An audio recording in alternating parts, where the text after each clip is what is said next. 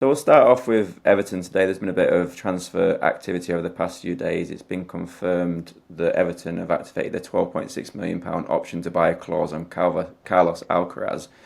Do you expect them to be fine on PSR after that deal, or how does it kind of work at this stage of the window? Well, Everton's going to be a little bit funny. They're going to have to wait to get this financial year out of the way. So they're going to be pretty much, I think, quiet through June. But then I'd expect them to kick in as of July 1st, because we're going into then a new accounting period for the PSR situation. So, and also they'll be able to look at next year and they'll be able to add in all the new stadium revenues, all the new sponsorship revenues. So there's going to be a fair bit of leeway for PSR. So I don't expect any big dramatic things, that they're going to be using this time to line up deals ready to go, as I say, the first week of July. Now, the weird thing with Everton, of course, is we've got so many players at a contract at the moment. There's going to be at least 10, I think, incoming, which is a huge number. And I'm also concerned that still we haven't got the whole recruitment team in place. With all the new owners coming in and everything else, and with Kevin Thelwell going and Purdy going, there's still some places to be filled. And the new CEO only came in recently. Now, in a funny way, this will play right into Mr. Moyes' hands. And having worked with him for so many years, I know he will relish the ability to have the control over most of the signings. And he does know what he's doing. There's no doubt about it. He understands players. But the thing is, with the demands on a modern day manager, does he have the time he used to be able to go out and see those players, which he loves to do? And he was the hardest working guy in football. He was always on the road Monday, Tuesday, Wednesday, Thursday. Whenever he could see a game, he'd go and see it. But now, these days, it's a little bit harder to do that with the way things are going, and a new stadium to get into, and all sorts of things to adjust for. So, as I say, anyway, to answer your question, a quiet June, but I think a very busy July and onwards for Everton. Well, one of the players they have been linked with is Ben Doak from Liverpool. How do you see the negotiations panning out with them, with it being a rival club? Well, there have been very few players have gone across the park. It was funny. I actually did a cross-park transfer when I was at Everton, but it was for Gary Ablett, who was a youth coach, and even that was interesting to let the coach go across the park, even though he'd played for both clubs as well. No, you're right. Look, I think these days, though, although it's difficult for players, Doak has not been an ever-present in the Liverpool squad. He's been out on loan already. He hasn't become synonymous with Liverpool. So I think that one would be easier. I think also because he's done his best form probably playing for Scotland, and with Moyes, obviously the Scottish connection. And I think Doak and his advisors would be thinking, is he really going to get the time in the Liverpool squad right now that he deserves? There's no doubt he's a young talent, and I think Moyes will be able to promise him game time, and I think he would be a perfect manager for Doak. So I think for both parties it makes a lot of sense.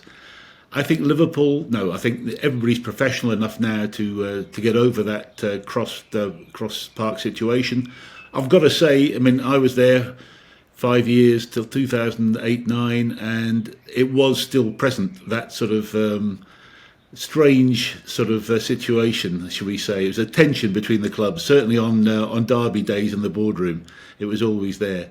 And it would have been harder to pick up the phone and do those things. But probably for the right reasons, it's mellowed a lot now. And I think professionally, those sort of sporting director guys who move around all over the place now can just do it from a data-driven, practical sense and get a deal done. Because for both clubs now, since PSR came in, those financial boundaries become, the major things that dictate.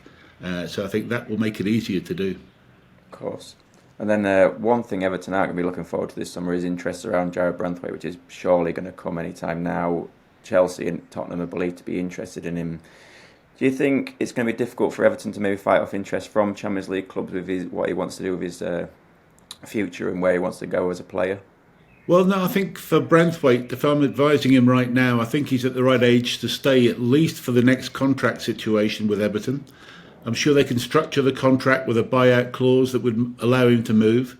I think he's also seen a change and an excitement with Moyes coming in. And so the new stadium, etc., the whole new project could be really interesting for him to stay and be part of. I think Everton, are not in a need where we would have been even last season or the season before, with a need to sell. So hopefully the two things combined can make him decide to stay at least for another couple of seasons of a new contract. And then maybe at that time, if he really wants to, he could make a move. But also by that time, Everton could be back up challenging in the top level as well. So I think his best views right now for him is to get that game time, playing under Moyes with basically a new squad, and seeing how things go. But I think he'll always be able to move as he needs to in the next season or two if he really had to. So I think maybe not now is the right move for him. Of course. And then one more transfer thing on Everton. They've been linked alongside West Ham and Man United with Alexander Mitrovic. Obviously, he's previously done well in the Premier League, but his club are looking for around £40 million for him. Do you think that would be a worthwhile signing for Everton or any of those other clubs at all? Let me be quite honest. No, I think it would be the wrong move. I think he's 30, even though it's not been punishing in terms of playing in the Saudi leagues. In terms of your body and your physical demands on you, still that heat can be sapping. I've been down there a lot and seen it in action. And I just don't think he is the right type of player that Moyes would want.